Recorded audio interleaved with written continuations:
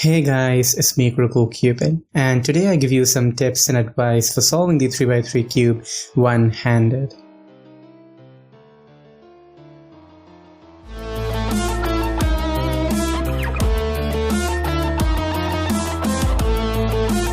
First, hardware matters. For OH, what cube you use matters. On top of the cube, how you set it up also matters. For example, I don't mind using a magnetic cube for two-handed solving, but I don't use it for OH since it requires extra force and makes my solve choppy and not fluid or smooth. Another example, if you have small hands, you will have to opt for smaller cube instead of using the same size cube as your 2H cube. Even how you tension the cube plays a huge role in OH solving. I personally prefer lighter tensions for OH and medium to tight tensions for 2H. Some people use the same cube for 2H as well as OH, and you can do that by setting up the cube for OH solving and getting used to it for 2H solving as well. Overall, it is the cuber and the cube for OH, so what cube you use and how you set it up matters, and I'd advise to play around with different cubes before choosing OH main. I personally use GTS2 for OH. It has a light crisp turning which I enjoy very much for 2H as well as OH solving. Second, learn OH finger tricks and turning style. OH is different than 2H in the sense that you only have 5 fingers to use opposed to 10 fingers during 2H solving. This limits our finger tricks and freedom to move the layers freely,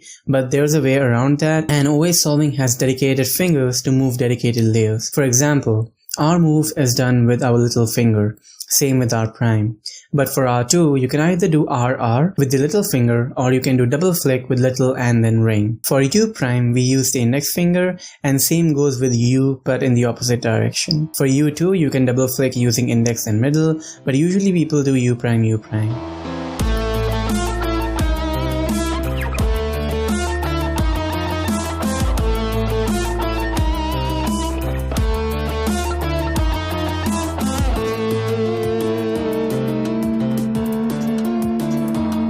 For L moves, you can rotate, so you have the L layer as the U layer, and then you just use the U layer finger tricks. For D layer, we use the ring finger, and the D prime uses the ring finger again, but in the opposite direction. For D2, you can double flick with the little and ring finger. For F moves, we use the thumb like this, but for F prime, I would recommend learning to do it with the index finger since it is much faster. Other way to do F prime is to use the thumb but in the opposite direction.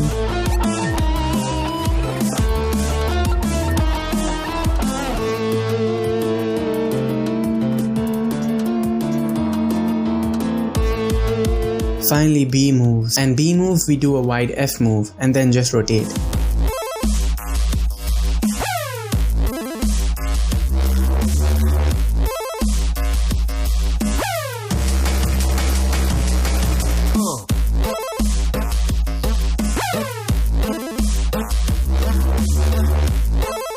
Practice these finger tricks and get used to them, so when solving, the fingers move automatically without you needing to force yourself to do the movements.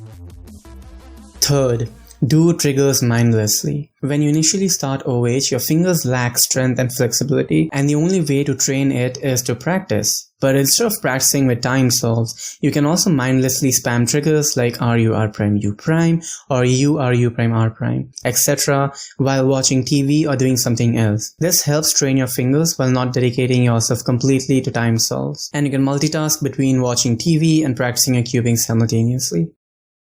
Fourth, use little finger and double flick. It's quite easy to use ring finger for doing R moves, but learning to use little finger is going to be much more beneficial in the long run. The little finger is also closer to the R layer, which makes using the little finger more comfortable and will also help with double flicking. Double flicking is important since doing RR or DD is a bit slower and double flicking can speed it up. If you want to achieve world-class times at OH, it is imperative to use little finger over ring and not handicap yourself. Switch over to using little finger completely and practice RU R prime U prime and drill these triggers to get yourself used to using the little finger.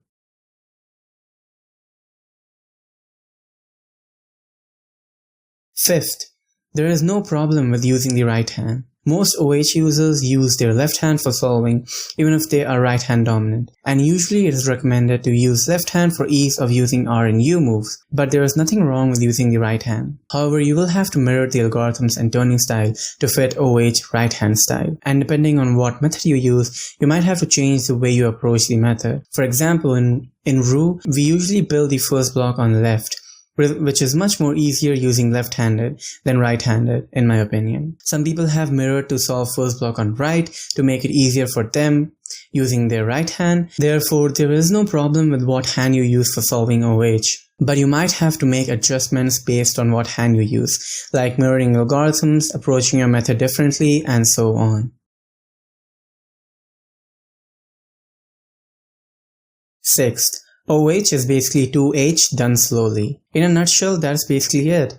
In my opinion, OH solving is mimicking two-handed solving for the most part, minus some minor adjustments like solving certain cases completely R and U moves, which is fast for OH instead of doing RUF or other movement that you would do in 2H solving. As such, you don't have to be world-class fast at 2H solving, but be good at 2H, understand the method that you're using, and improvement with OH will come naturally with practice. OH being two-handed done slowly is also the reason I recommend doing OH with non-dominant hand, since you can maintain a linear solving style instead of changing your approach based on 2H or OH. For example, RU two-handed F12 for OH will need to be done using LU moves, and you will have to adjust your look ahead and piece tracking to fit OH style. Similarly, using Roux, you might have to do your first block on right hand side, whereas for 2H you do it on the left hand side. This is basically like using two methods for OH and 2H. Why use the non-dominant hand for OH so that you can mimic your two-handed solving style. Also, because OH is being done slowly, instead of doing slow solving in 2H, you can just do OH solves, which will help you practice your look ahead and other skills for OH as well as two-handed solving. Some people are even faster at OH than at two-handed solving, so you don't have to be fast at 2H for being fast at OH. Just be good at 2H and understand the method that you're using, and that's it.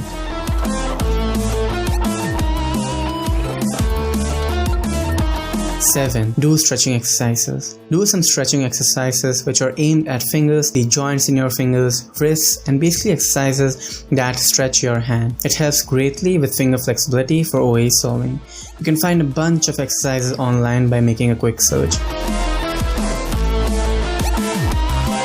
Another thing that I personally do is to force my finger to stretch and hold that position. This is the way I practice finger strength and flexibility. You can also do these hand exercises before starting OH session and even for 2H sessions. 8. Method matters? Most people use the same method that they use for solving two-handed solving. If you use CFOP, then you would opt for CFOP for OH as well. However, methods like Roux and ZZ have the edge in OH solving since they are rotationless methods and you don't have to worry about rotating. Thus, if you are serious about OH and you want to achieve 10-second averages, then the method will play a role in it. The current OH world record holder, Kian Mansoor, uses the Roux method and he averages low 9 global. I don't think there is anyone else who has achieved sub 10 global apart from Kian, and the fact that Kian uses the Roux method plays a role in his low 9 global average. In my opinion, Roux is currently the best method for OH, and you can achieve fast, consistent times without turning too fast. I'd recommend taking a look at it. Anyway, it's completely fine to use the two-handed method for OH solving, but do take a look at other methods and see if the other method suits you for OH or not, assuming you are serious about OH and your main event is OH and you want to become world-class at it.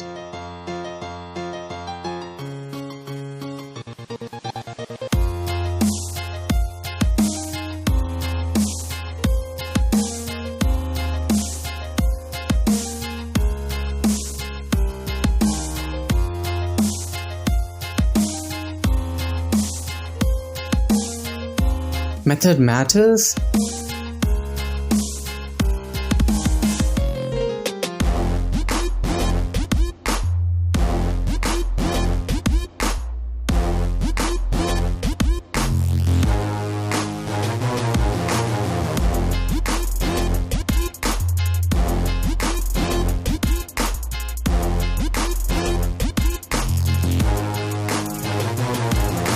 Ninth, Don't shy away from using the table. Many people learn RU moves for EPLLs like UPerm, HPerm and ZPerm, but you can use the MU move algorithms for OH as well. You have to just use the table to help hold the cube in position, which allows you to freely use M and U moves without any problem. If you are using the Roux method for OH, table abuse is mandatory since LC is done with M and U moves, and you have to take the support of the table to help you do the MU moves. And the way you do table abuse is also pretty simple. Put the cube on the table so that it is supported on the DR edge, angle the cube a bit, and now you can freely use M and U moves without problem. 10th, M and U double flick. Another important double flick is the U move double flick and the M move double flick, both of which are important double flicks that will help you during MU, UPerm, HPerm or ZPerm, and for Roux LC as well. For M move double flick, I personally use pinky and then ring, and for U move double flick, I do a normal U prime move and then continue it with a finger push. I don't use the U move double flick in solves since my finger isn't flexible enough, but I do use the M move double flick all the time,